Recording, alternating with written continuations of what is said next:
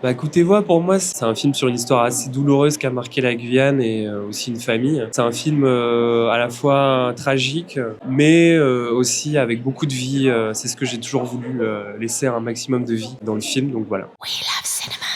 Melrick, c'est un jeune garçon qui a en fait grandi principalement en France, mais dont toute sa famille est en Guyane et dont sa grand-mère. Et effectivement, cette mort qui s'est produite dans la famille a vraiment créé une séparation. Tous les enfants de cette grand-mère sont partis en France. Lui, quand il revient en Guyane, il a un vrai désir de se reconnecter. Et sa grand-mère, c'est une porte pour lui aux racines, à des histoires qu'il ne connaît pas et à une culture. Et en même temps, ce qui est assez trouble aussi, c'est que Melrick, il renvoie à Lucas, donc celui qui a disparu. Il y a toujours aussi cette ombre qui plane sur lui. Écoute tes voix, c'est ça, c'est écoute les voix, ça se traduit, c'est en créole. Ça s'adresse d'abord à Melrick. Donc les voix de sa grand-mère, du quartier, de la Guyane, mais aussi peut-être les voix intérieures, invisibles. Le film parfois touche un petit peu à la croyance. C'est un film d'écoute aussi. Enfin, c'est nous aussi en tant que spectateurs, on se situe parfois au niveau de Melrick, dans le sens où on découvre des histoires se révéler au fur et à mesure, et donc on est dans une position d'écoute. L'héritage, il est multiple. L'histoire de la Guyane, c'est une histoire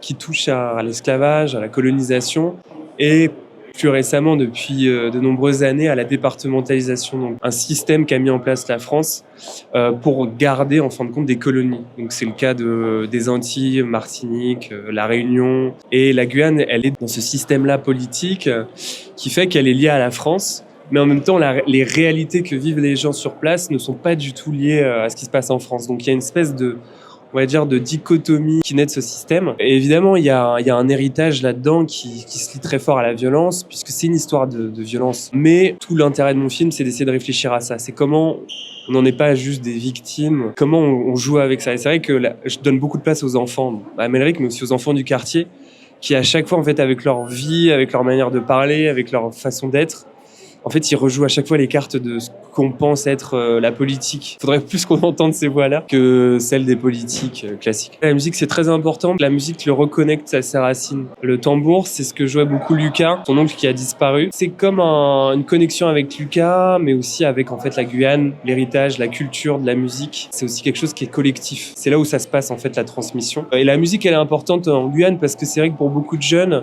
qui parfois vivent dans des quartiers qui sont pas toujours suivis au niveau de ce qu'ils font, de leurs activités, la musique, elle vient parfois transformer aussi justement des sensations de violence ou des sensations de vouloir tout quitter. Ça permet un certain cadre. Moi, c'était important pour moi de créer une certaine distance avec cette histoire, au sens où c'est une histoire qui a touché une famille de manière assez violente et brutale.